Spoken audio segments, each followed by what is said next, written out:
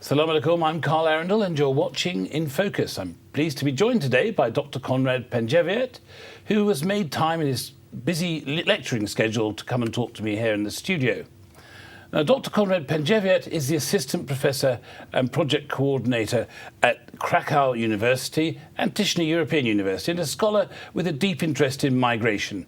He holds a PhD in Social Sciences from the Katholieke University at Leuven in Belgium, an MA in European Studies from the University of Exeter in the UK, and an MA in Sociology from the Jagiellonian University in Poland. He has published widely on various dimensions of Muslim presence in Europe. Assalamu alaikum and welcome to Islam Channel. Alaikum salam. Now, Baroness Varsi, she's our Minister for Faith and also Communities, said that effectively prejudice against Muslims has passed the dinner table test. It seems that Islamophobia has become the new face of racism across Europe. Do you agree that such prejudice has become socially acceptable? And is this a product of just worsening economic conditions, or is it specifically related to the major terrorism events of 9/11 and 7/7, or foreign policy, or is there another justification for it? Islamophobia definitely is not a new phenomenon. It's been there for centuries. What is new is the media dimension of it. And here, obviously, the sensational media, especially mediatizing and emphasizing the problematic sort of issues around Islam in different parts of the world are contributing hugely to Islamophobia, especially in the countries where the Muslim minorities are not so significant, like in the UK, France and Germany. I mean, in especially Central Europe and in other countries where Muslims are not also well organized. But having said that, the economic situations have aggravated the situation, I believe, and they made the situation more difficult, not only here in Britain, but also across Europe. Now, I mean, you just mentioned, especially in places where Muslims have really not become successfully integrated. You know, in the last couple of years, we've had big campaigns such as the attempt to prevent the building of mosques in Switzerland, where there are hardly any Muslims at all. Why do you think such a fervour was generated in a place like that? There are various theories of that try to explain Islamophobia. One of the theories which I believe it's holds and it has some merit is the one which claims that it's not the size of a Muslim community in a given country that generates the problem, but the other issues are more important. And sometimes the more homogeneous is the community, society, the bigger is the problem of Islamophobia. For example, in Poland, there are approximately 40,000 Muslims in in a country of 40 million. So it's less than 0.1%. And yet, some quantitative research that has been done in various European countries showed that in Poland actually, the fear of Muslim other is actually stronger than in Germany, France, Britain. So the question is, why is it so? Poles hardly ever meet and see a Muslim person, and that's the problem. They see it only during the info programs and in the issues related to war on terror, terrorist attacks, and so on and so forth. And they associate Islam, Muslims only with this kind of issues. So there's an association of negativism whenever they come into contact with Muslims, which is usually via the media. By contrast, are you saying that where there's a more developed Muslim community, where Muslims are integrated more into society and people have a direct contact, that you have less Islamophobia? There is at least the chance to challenge it, to address the issues of Islamophobia. In Poland, for example, in other Central European countries, there are hardly any Muslim elites that would be able to address these issues. There are no, there are institutions, but they are not strong. They're especially not strong enough to challenge the mainstream media. While in Britain, in France, the contact, the day-to-day sort of relationship that people have at work, in public spaces, allows them to deconstruct the stereotypes and this essentialist views on Islam and Muslims. So, do you think that that's an accurate, for example, way to define the relationship in France, where even the former Prime Minister was quite happy to openly talk about values being different and so on, and to introduce quite repressive legislation against the veil and so on? Would you say that that's accurate? And as you said, there are quite advanced Muslim organisations there who are trying to deconstruct a lot of the myths. Well, France is a very special country when it comes to the issue of politicization of the veil. The political mobilization of Islam in France started at the end of the 80s from Affaire de Foulard, so from this hijab affair.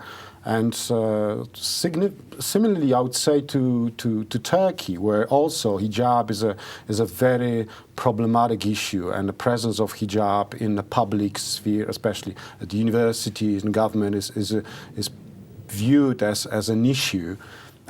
That's similar in the case of France, but I would not.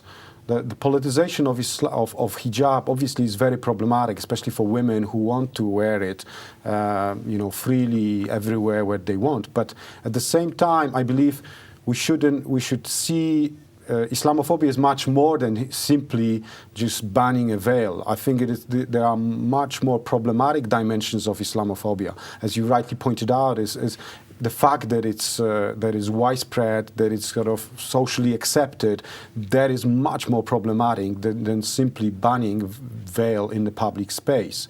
Associating Muslimness, Islam, only with evil, with negative things, I think this is much more serious.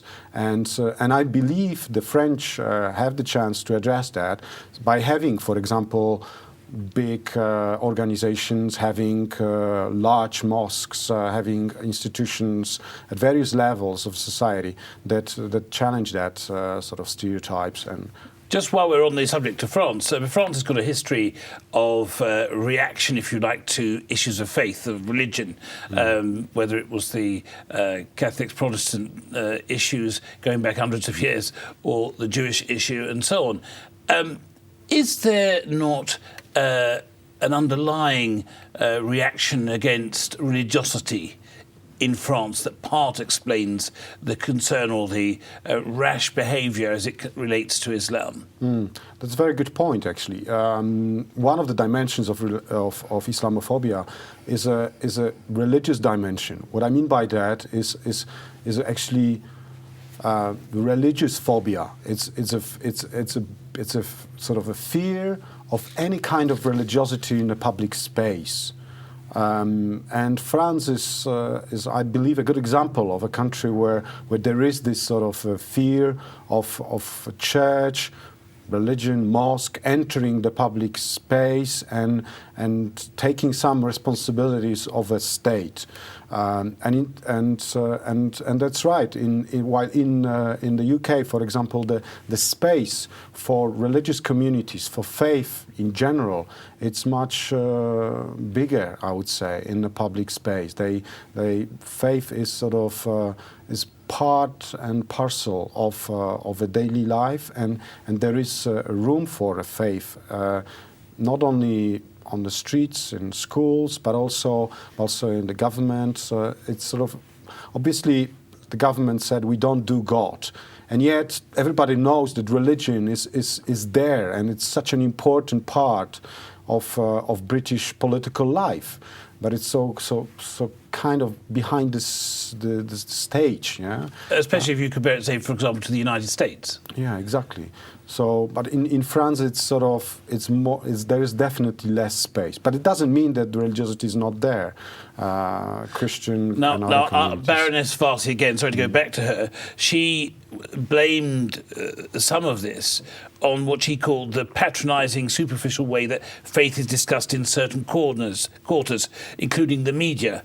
She said it encourages a less tolerant sort of tone for anybody who's has faith and who's a believer, and that she puts that as a direct link to the growth of Islamophobia. Has she got a point? That having a faith in the public sphere is sort of contributing to Islamophobia? Well, I think it's the way that she was saying, the way the media portrays it in a very dismissive, very cynical way. Well, I believe the portrayal of religion in the media is much more problematic than that. There's been some research done in Belgium and in other European countries which proved that that there is obviously the negative sort of message is dominating, especially in sensational sort of media outlets. But faith is also portrayed positively, especially faith of the mainstream groups. Yeah, that's a problem which I mentioned earlier. That the minority groups who have a lot of lower capacities of challenging and addressing the essentialist sort of portrayal of them in the media often get more sort of more blame. Yeah. But now, your research, you said, recognised that there are more developed communities. The Muslim community here in Britain far more developed than, for example, in Poland. And at a lecture this week, you made reference to, I think, what you referred to generally as a sort of reactionary politics, a movement that had followed certain key events, I think, initially. And I know you said that has moved on, but you said that was directly sort of in the aftermath of issues such as 9/7 and 7/7 and so on, that there was a reactionary politics. Could you perhaps expand on that, define what that was about? I believe we can observe not only in the UK but across Europe emergence of a new Muslim religious brokers who were born in Europe and who went through the process of socialization in Europe, so second and third generation. And these people are using new tools of challenging, among other stereotypes, and Islamophobia in the public sphere. They use such tools like, for example, the concept and the category of a citizen. They use citizenship, that is nowadays one of the major engines of claiming rights, as a tool in order to address these key issues within the Muslim communities across Europe. They portray themselves, by portraying themselves as Muslims and British, Muslim and French, German, so on and so forth. They are able to show elements of sameness, of being like other members of a society, and yet stress what is important for them, the elements of their own identity, the elements of their own authenticity, that is widely understood Muslimness. And by building, sort of drawing from Muslimness and citizenship, they build up what I call a new identity. It's a project identity. I call it Muslim civicness. It could be called in a different way. The idea is that the two elements are sort of brought together, and religion is being sort of made an important part of their sort of political battle for more rights for themselves, for more room as well for themselves to express their own identity and their own difference. But they express this difference, and that's the key point. They express this difference by stressing elements of sameness. So above all, saying that we are British, we are French, we are Parisian, we are Belgian, and at the same time, we are Muslims. And as British, French, Belgian, German, Dutch, and other citizens, we request, we demand that our identity is properly recognized, is not misrecognized, and that our rights as citizens, as European citizens, are properly respected. Now, that sounds incredibly positive. However, I have to ask you the question that if in order for Muslim citizens to become what I think you refer to as devout citizens, that how can they achieve that if they are consistently being seen as other and denied similar rights? I mean, I noticed a press release I received this week from an umbrella Muslim organisation in the UK saying that it was urging Muslims to help those who were being troubled by the floods. Well, the sort of question that comes to mind is, would not anybody help their neighbour if they were, unless they were disposed to be not very friendly? Did we need a press release to tell Muslims to go and help if their neighbour was having strife because of the flooding? What it did say to me was that we and our organisations are having to bend over backwards and do triple somersaults in order to prove that they are decent, loyal and committed citizens. And can you see that? And do you think that this is a healthy environment in which we live? And doesn't it tell us something about the nature of our society?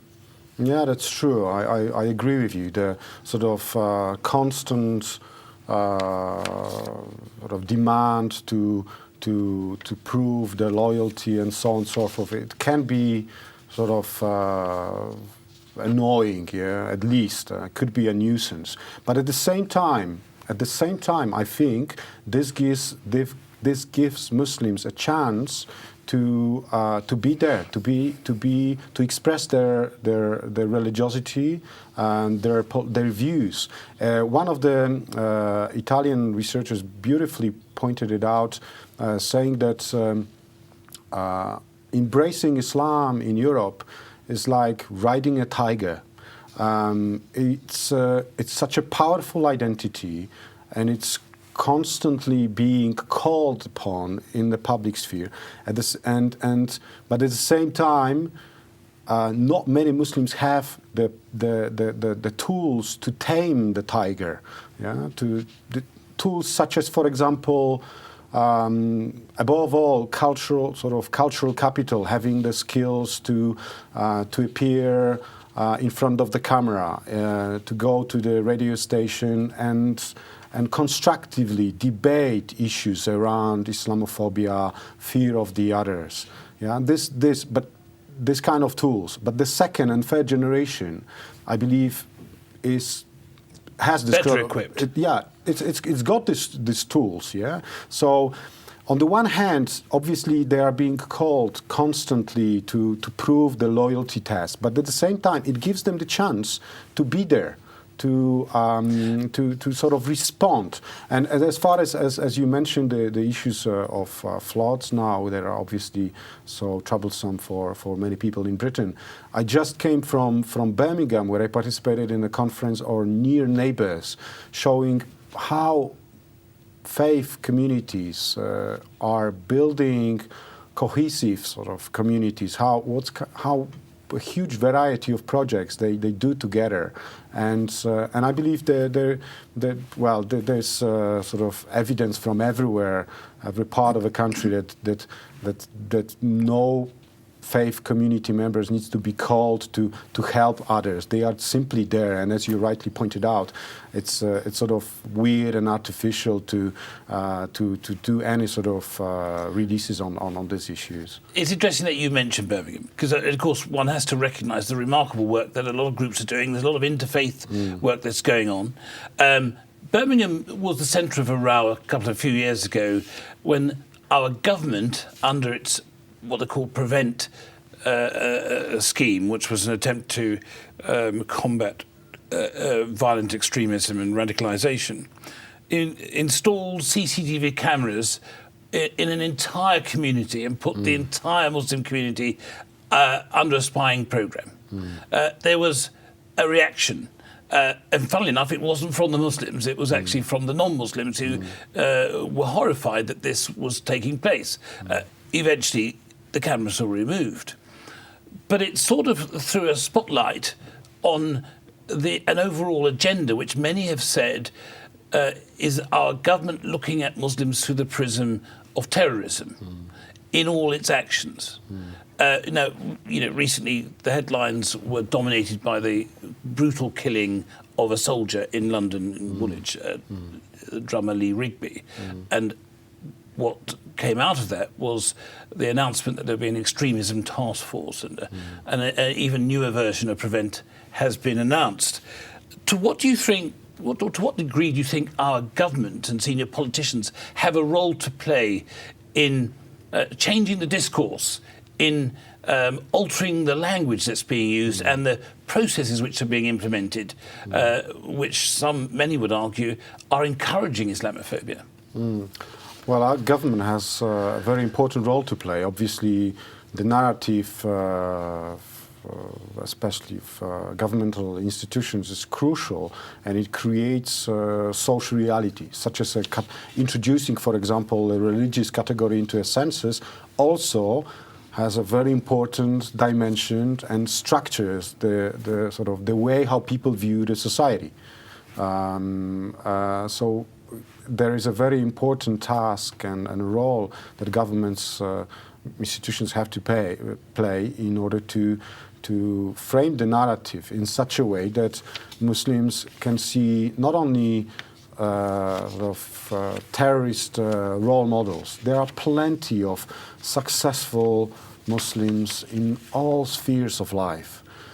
What is important is to promote, instead of prevent and terrorist agenda, to prevent this kind of role models, positive role models, and to show Muslims that that there are a lot of opportunities that they can sort of use and contribute. I think you would have to recognise that a crucial component of the, if you like, the enfranchisement of the Muslim community, to encourage and uplift them into participation, a category you discussed at your lecture the other day, is going to be their economic success.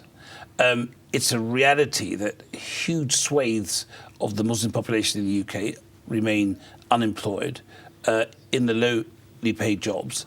In all the classifications on poverty in Britain, it's all those cities which have a high Muslim population which are at the highest. Muslim categories, whether you're Somalian, Bangladeshi and so on, are by far amongst the most high in the scales of poverty in Britain. And poverty is a very crude word, but it's shocking when you look at the statistics. Doesn't it go hand in hand with any strategy for combating the growth of Islamophobia and the empowerment and the encouragement of stakeholdership is to deal with those issues? Yeah, you're absolutely right. The Muslim Council of Britain is in the process of preparing a report on the basis of 2011 census, and this report, which I happen to have a look at, it's in the process of preparation, is showing clearly that almost 45%, if I'm not mistaken, of Muslims live in a 10% sort of poorest sort of areas of the country. So the problem is obviously very significant, and it has to be addressed. And you're right, a lot of issues are not issues of religiosity, and I've repeated it in many fora. It's due to the fact that there are economic issues too. The fact that parents have to work long hours, they don't have enough time for the kids. They don't have sometimes the sort of the skills, the ideas that they should, for example, help their kids. They don't know how to help their kids to advance at schools and to get better results. Yeah, the problem of educational underachievement is quite significant. So all of these issues obviously demand resources, and only if the resources are made available, obviously by the government above all, then we can solve one by one serious issues within Muslim communities here, and also the same story is repeated in France and in other countries. Well, I hope your wise words are heeded by those who have some ability to make change. Thank you, Dr. Konrad Pedziwiatr, for joining us on Islam Channel. It was a pleasure. Thank you very much.